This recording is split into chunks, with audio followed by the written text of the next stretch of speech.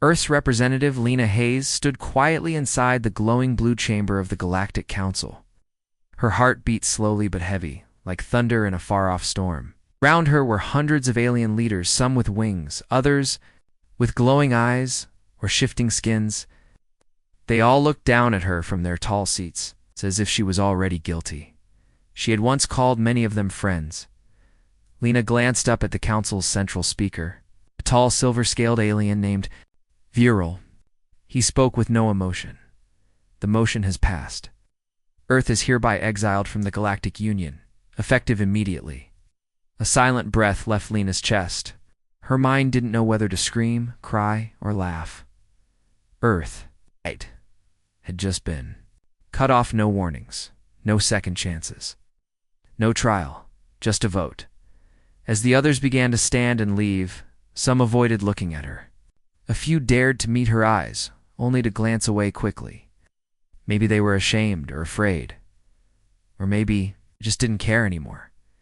She stepped back from the center platform and slowly walked toward the exit, her boots echoing on the smooth floor. The chamber. Once a place where she had laughed, debated, and dreamed. Now felt colder than deep space. Outside, the stars of Orda's Prime twinkled beyond the windows. Ships of every kind flew in and out. None were human. None would ever be again. Lena found a quiet bench and sat down. Her hands rested on her knees, motionless, looked at the empty sky. Her thoughts drifted back to Earth's blue oceans, crowded cities, and the laughter of children running through green parks, and her brother Marcus. He had always believed in the council, always told her, we're building a future out there. Lena, keep showing them what Earth is made of. She wondered if he still believed that now. She hadn't spoken to him in weeks, maybe longer. Ever since their father passed, they had both gone quiet.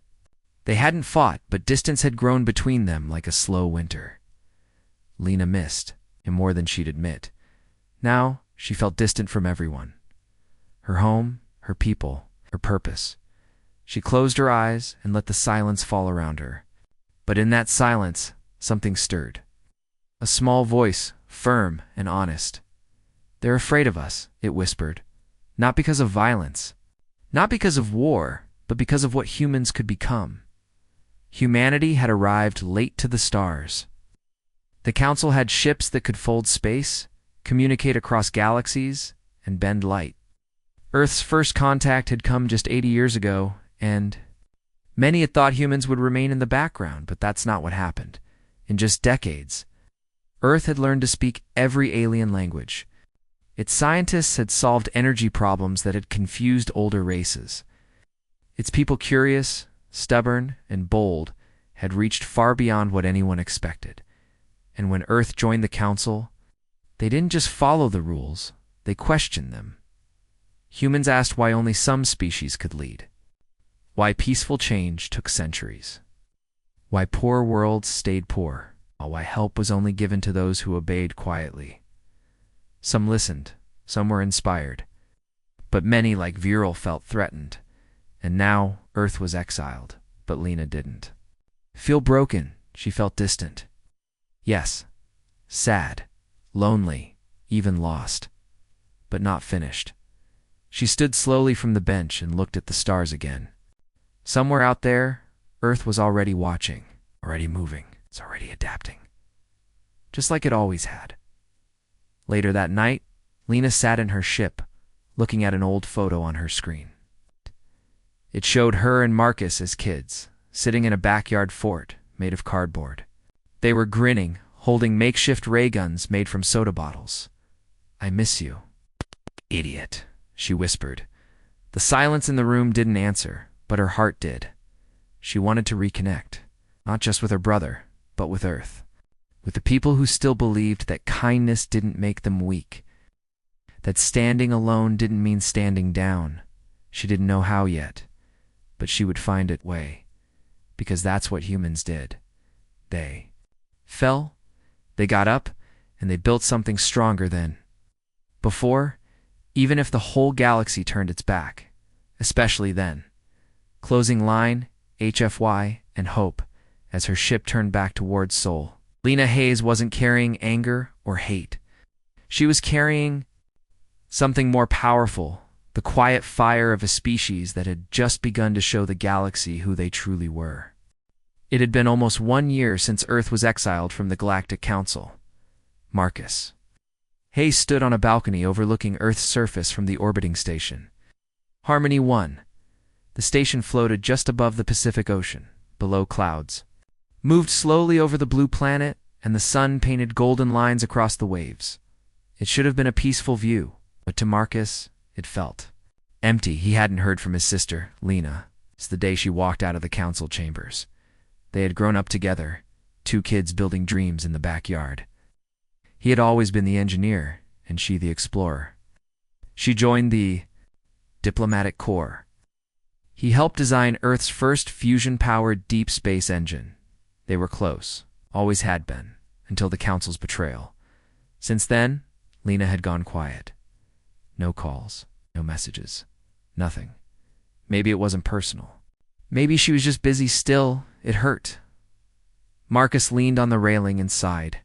"You were always the brave one, Lena," he whispered. "You always believed we could belong out there." He glanced behind him at the massive hangar filled with Earth's newest ships. Sleek, strong, quiet. They were building something big. Now, the Solar Coalition had united engineers, scientists, and visionaries from every nation. They no longer waited for help from outside. They built what they needed. Smarter systems, cleaner energy, faster travel, stronger shields, but no weapons. That was Lena's rule. Even in silence, her message was clear. We show them what humanity can become, not what they fear. But for Marcus, building the future wasn't enough.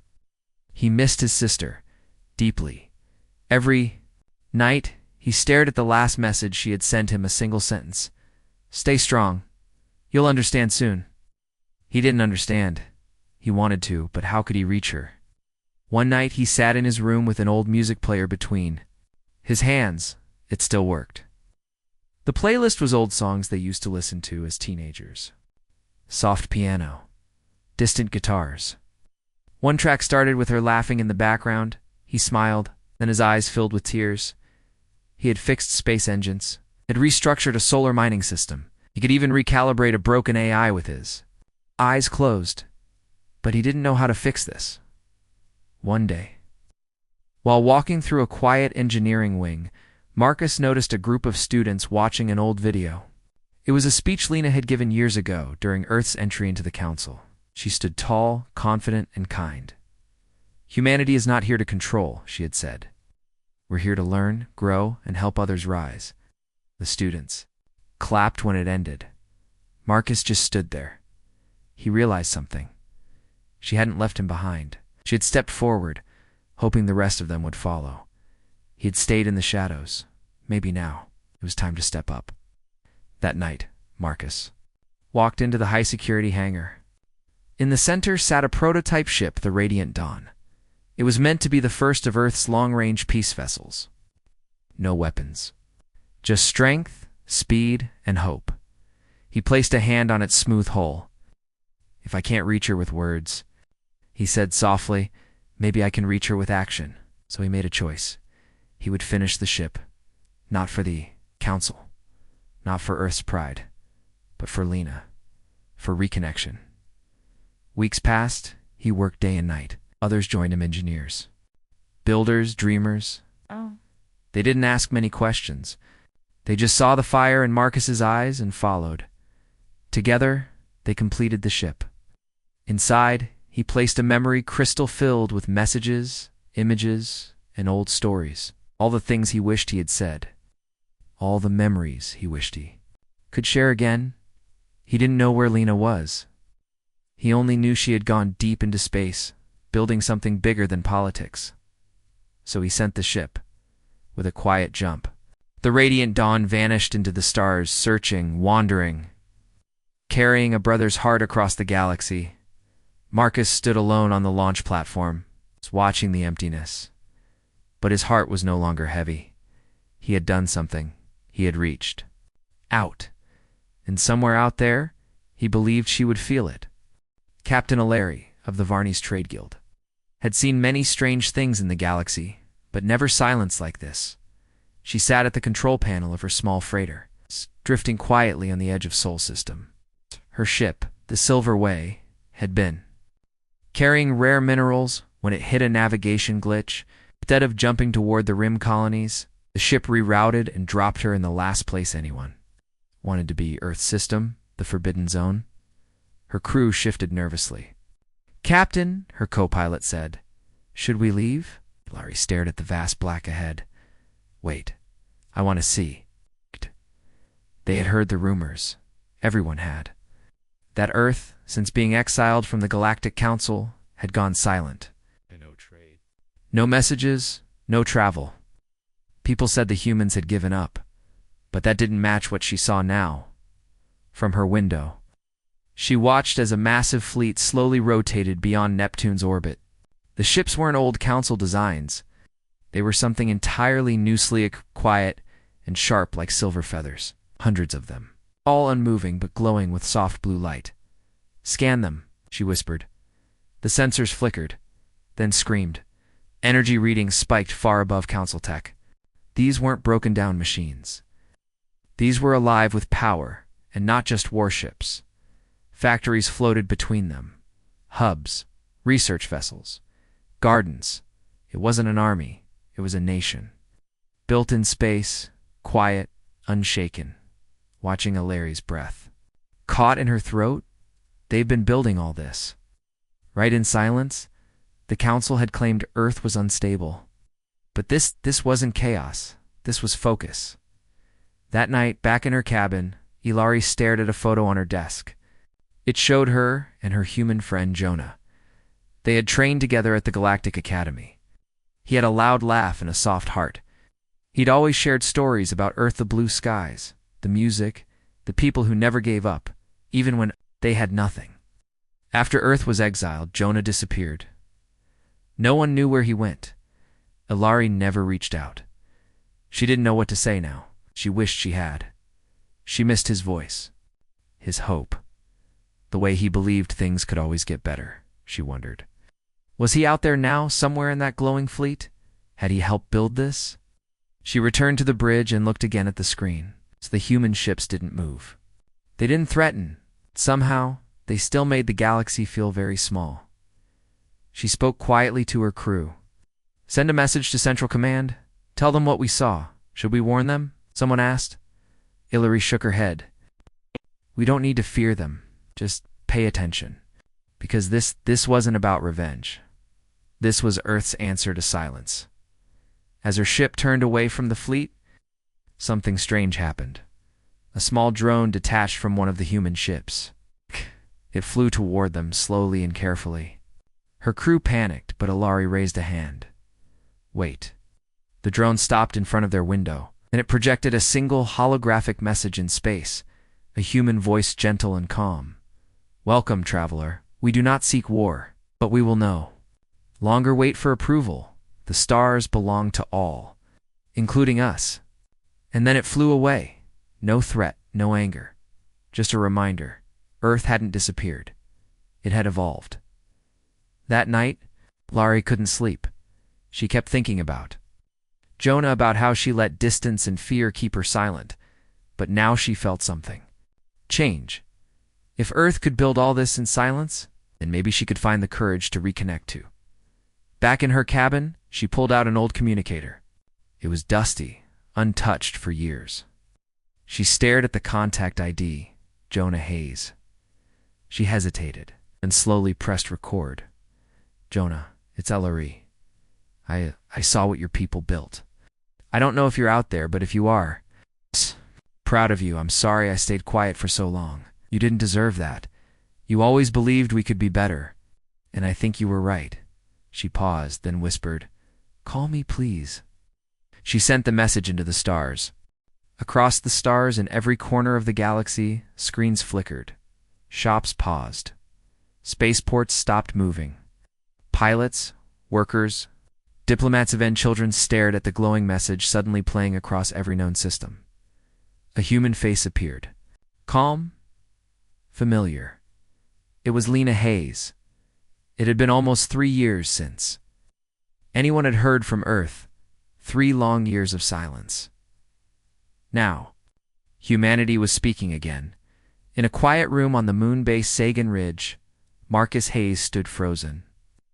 The broadcast had found him too. His heart thudded. His sister's face filled the screen, her eyes steady, her voice warm. To the members of the galaxy, she said, "I bring you greetings from Earth." She looked older. Her hair had some gray. But she stood tall, strong. When Earth was exiled, we did not respond with anger. We did not seek revenge. We simply listened, and we learned. She paused, then continued. Silence can be painful. It can feel like loss, like a friend has turned away. Marcus swallowed hard. He felt those words in his bones, but in that silence, we grew. The screen showed new human ships gliding silently through space, docking with green stations orbiting. Distant moons, peaceful, bright, and full of life. We did not hide, she said. We built, not just ships, but something stronger. Understanding, unity, hope. In a hospital on the planet Virelia, Ilari sat beside her injured crewmate as she turned up. The sound on the wall screen as Lena's message continued. We do not demand anything, Lena said softly. We do not ask for fear or obedience. We only ask that you remember, we're still here. And we still believe in a future where all voices are heard. Ilari's eyes burned. She wiped a tear away. She had sent her message to Jonah weeks ago. No answer yet, but maybe. This was an answer in itself. Back on the moon base, Marcus couldn't move. He reached out and touched the screen like he could feel his sister's hand through it. He remembered the last day he saw her walking onto a shuttle alone, carrying the weight of Earth's shame. Now she carried something far greater. I miss you, he whispered. He looked around. The engineers nearby were frozen, just like him. No one spoke, but the silence now, it felt different. It wasn't loneliness. It was awe. In the final part of the message, Lena's voice grew softer. Some of you may fear us. That is your choice. But Earth will not fear in return. A pause. We have not changed who we are. We still love. We still care. Then the screen went black. In the quiet afterward, Marcus stepped outside the base. The stars above twinkled like tiny sparks of possibility. He sat on a bench and held the old communicator in his hand. The first time in years, he didn't feel uncertain, didn't feel weak. He felt ready, ready to try again. He opened the recording app, Lena. He said slowly, I saw your message. I don't have the words to say how proud I am of you. Maybe I don't need the right words. I miss you. He paused, his voice trembling a little. I think I've been waiting too long to say it. I wanted to build things instead. Fix things. Like I always do. But this time, I just want to reconnect. He looked up at the stars and smiled. I'm here. I always have been. I always will be. He pressed send. Somewhere across the stars, the message floated forward, hoping to land where it was meant to. Marcus leaned back, hands behind his head. The stars didn't answer, not yet, but they felt closer now. The sun of the Varelian Empire was dying. It had started as a small flare. Then the light shifted, growing brighter, hotter, and unstable. Scientists called it core twist, a rare event where a star's center spins too fast, turning it into a ticking bomb. On the planet Varelia Prime, panic spread. The heat was rising. Communication towers began to melt. Entire cities lost power. People screamed, ran, prayed. The council held emergency meetings, but no plan was agreed. The process would take months, maybe years. The star had days, and Earth. Still silent, or so they thought. Ilari sat in the evacuation center, her heart heavy. She looked out at the fiery orange sky. The sun's shape was wrong-stretched and pulsing. Her family had already left, but she had stayed behind, helping civilians board rescue shuttles. She was tired, sweaty, and scared. She kept checking her communicator, hoping for a message. Still nothing from Jonah. She sighed and turned to help a young child into a seat. Child cried. Ilari bent down and smiled gently. It's okay. We'll find safety. She hoped that was true. Above the planet, thousands of ships were flying in all directions. Many overloaded, broke apart under stress. Others simply vanished in the chaos. The Council's relief fleet was still days away. But then, sensors lit up across the sky. A new fleet had arrived. Silent, silver calm. The human Armada Ilari looked up, squinting through the thick orange clouds. Then her communicator buzzed. She clicked it open, a human voice, strong and clear. This is the Solar Coalition. We are here to help. Do not panic. We will stabilize the system and support all evacuation efforts. Her heart stopped. Jonah. The command deck of the Radiant Dawn. His hands were firm on the controls, his eyes focused. Bring in the solar anchors, he ordered. Get the beam nets online. Engineers around him moved fast. Dozens of human ships had formed a ring around the dying sun. They weren't fighting it. They were slowing it, calming its twist with carefully timed energy bursts and gravity. Stabilizers. It was risky. One mistake, and the star could explode. But Marcus wasn't afraid. He was here, and this was what they came for. Not war, not pride, but to save lives. Ilari watched from the surface as long glowing lines stretched from the human ships, like threads of light wrapping the sun. The sky slowly changed from orange to soft gold. The temperature began to drop. People stopped running. They started watching, crying, hoping.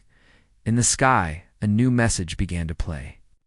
This time from Lena Hayes.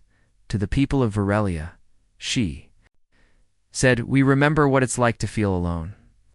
We know the silence of exile, but we also know how to rebuild. Today we stand with you." Her voice was soft, calm, but unshakable. This is not the end. This is a beginning. Back in the command ship, Marcus opened his communicator. He hesitated for a long time. Then he recorded a message. "Ilari, I heard your voice. I just didn't know what to say. I missed you too, and I hope this message finds you. I never forgot." He added a small smile. "Earth didn't come to prove anything. We came to help, just like you would have." He pressed send, then turned back to his team. "Hold the net," he said. "We stay until every soul is safe." Hours passed, slowly. The star calmed. Thousands were saved. Not one human ship was lost. That night, Ilari finally received the message. She smiled, tears rolling down her cheeks. Then she recorded her own, Jonah. Marcus, she laughed softly. "I guess I still call you that because I miss the old days. I saw everything. Saw what you built, what you gave. But you didn't just save my planet, you gave us hope."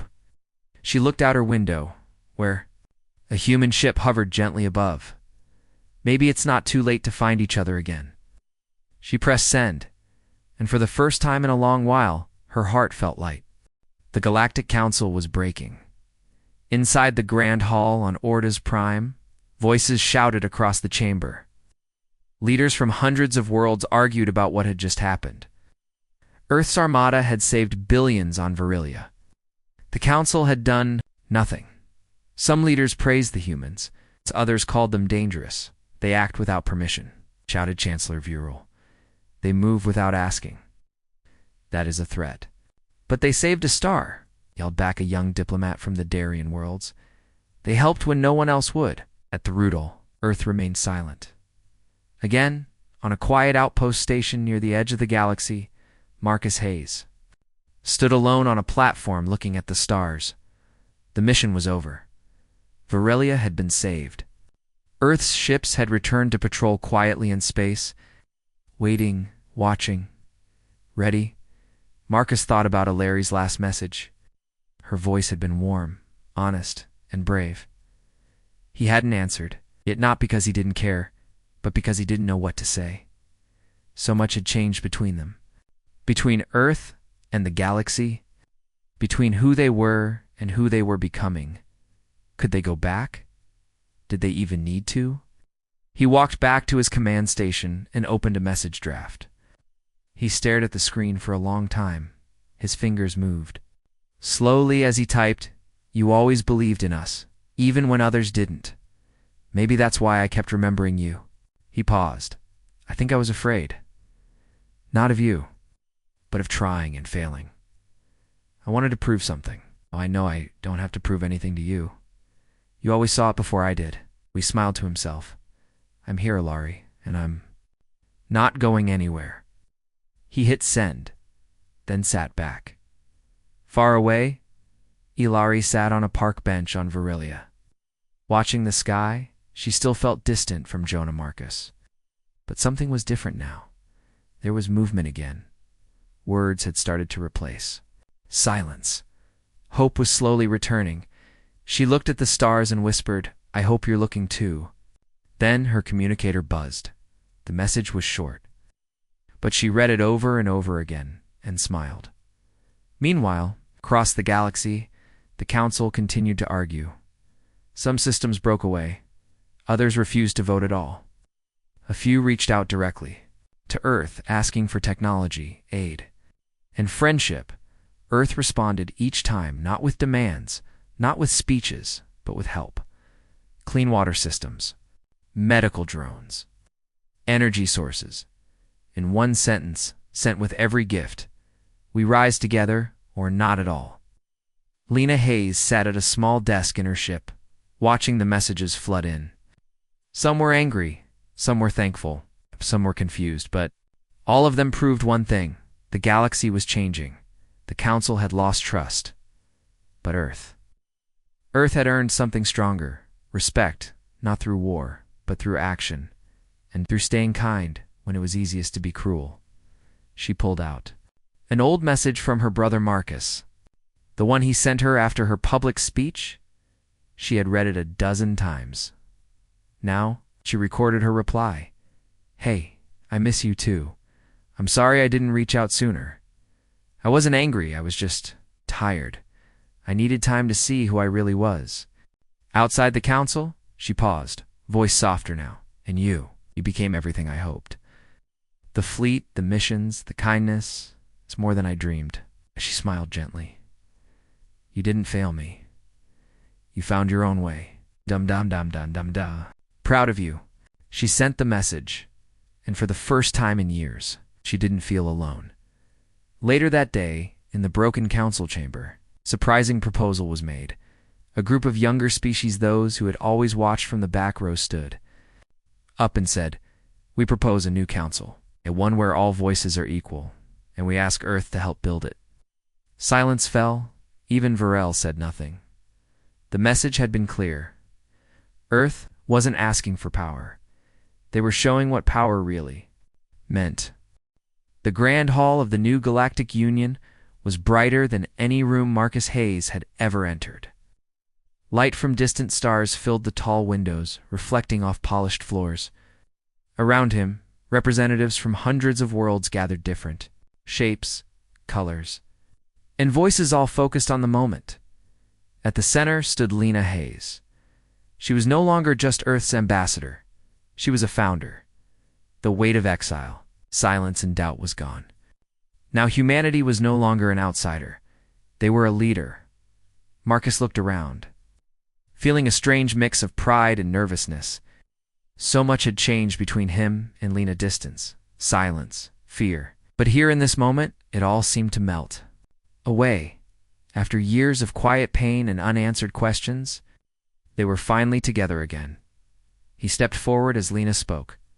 "Today, you build not just a new council," she said, "but a new family.